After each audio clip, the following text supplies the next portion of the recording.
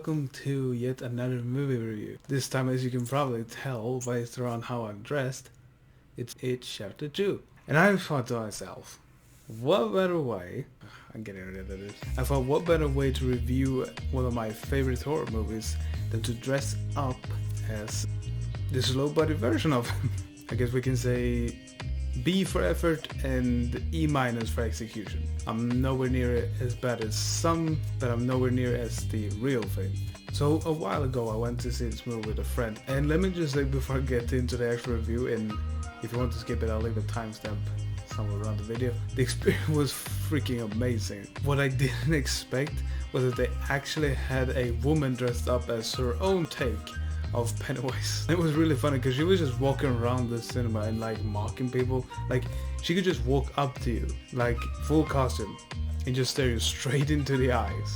Nothing else. She didn't say anything. If you said anything, she was just completely silent. And she had a balloon and she had the hair and the makeup and the dress and everything. It was hilarious. What made it even funnier, before the movie even started, she walked around the cinema itself. She would just walk up to the different seats where people were sitting down, and she would just up close and personal, like you just bend over and having her face right next to you and just like stare into you. And some people, they freaked out. And then once the movie actually started to go, she did it once where she walked around the cinema, and it was out of nowhere. Like it was kind of close to the beginning of the movie, and then she just came and walked around in a circle. Anyway, the experience itself was great. Now to the actual review. So the cast itself. I think the casting in general when it comes to these two It movies are fantastic choices. Like the kids actors, I think they were kind of born in a way to be these characters. Like you can really see them in the first movie actually live in and become the characters. When it comes to the adults, I think the casting is also very fantastic. We have Jessica, whose last name I can't pronounce, as Beverly. A good favorite of mine, James McAvoy as Bill. We got Mr. Bill Hader as Richie. I'm sorry to butcher this name, but I think it is Isia Mustafa as Mike. Jay Ryan as Ben. James Ranson as Eddie. And Andy Bean as Stanley.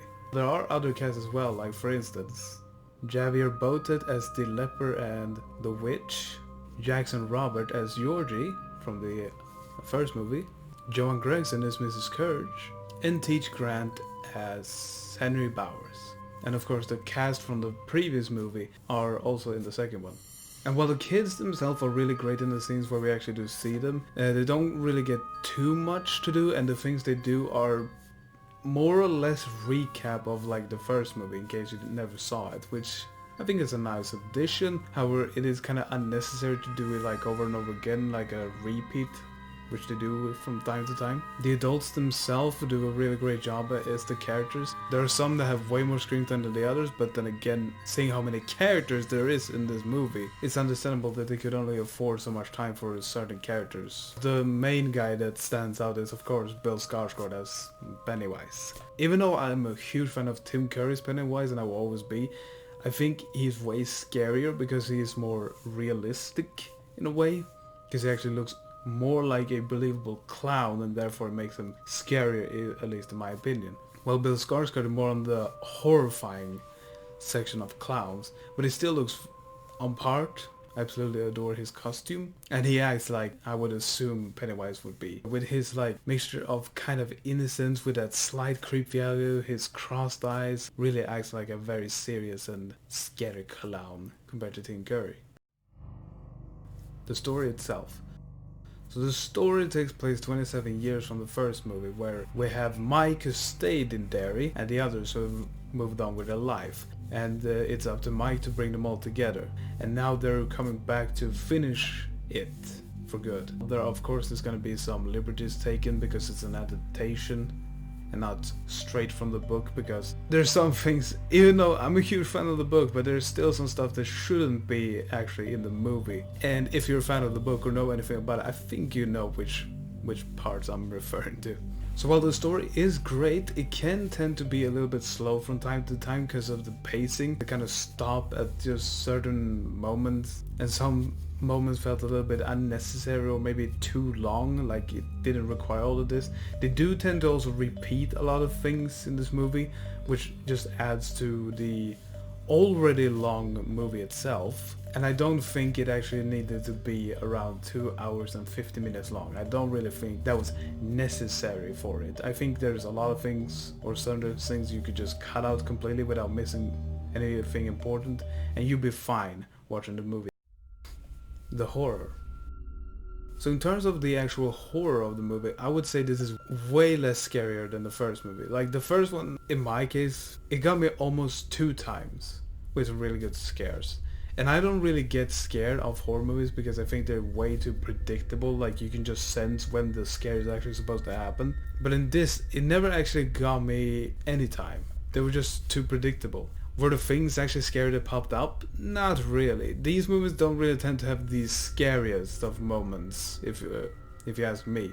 They tend to be more kind of silly. It doesn't have that actual fear factor like other classic horror movies have from like the 80s or even before that. And I think a lot of the problems why horror movies nowadays fail to scare is that they utilize too much CGI, especially in It Chapter 2. Like they have more CGI in this than in the first part. It doesn't really have to be a negative as long as you know exactly how to do it. Like in the first movie, they knew exactly how to do it, especially in this scene.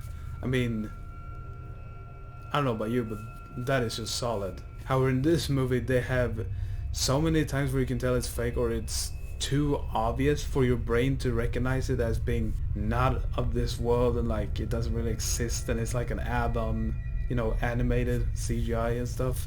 Just an example, John Carpenter's The Thing is amazing in terms of not only body horror but also gore and everything. But it's also very scary because they used animatronics and everything looks so believable, even in some cases where you know for a fact that it doesn't have that exact perfect look, kind of like how they did it in Terminator with Arnold Schwarzenegger. What they had was a more realistic take on everything because it was believable enough. And yes, they didn't have CGI for the time, and the CGI that they did have was in fact very expensive.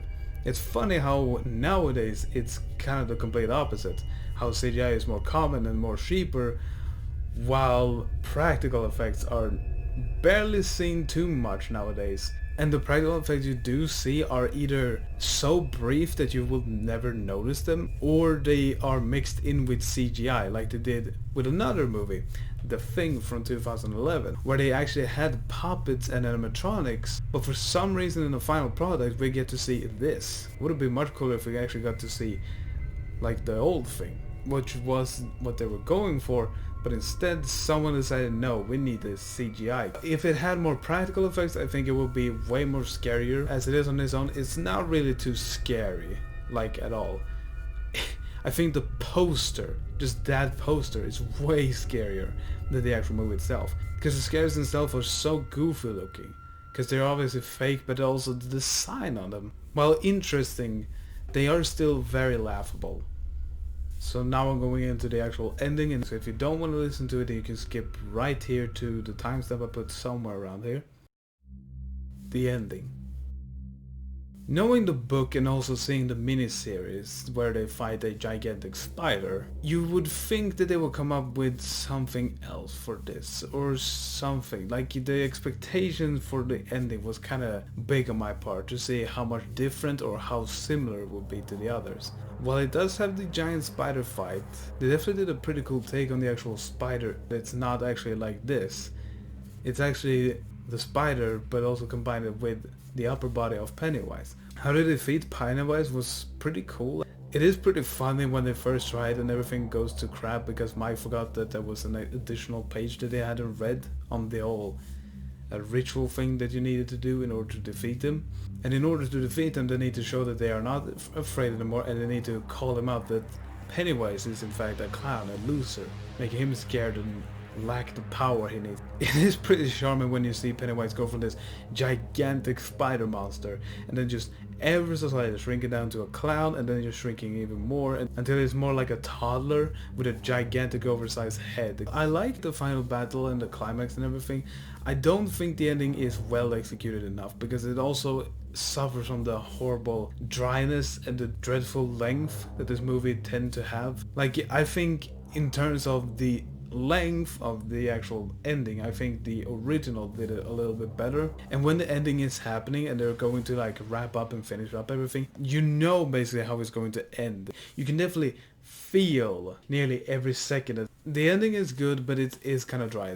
But overall, this movie is really good, in fact. It's definitely not better than the first one. I think the first one is much better. However, this is not a bad movie at all. It is pretty solid, I would say. The cast is fantastic and they all play their role very well, even though we might have wanted to see a little bit more from certain people, which we didn't get to. There's some really beautiful shots and the gore and everything, and the special effects are pretty good at times.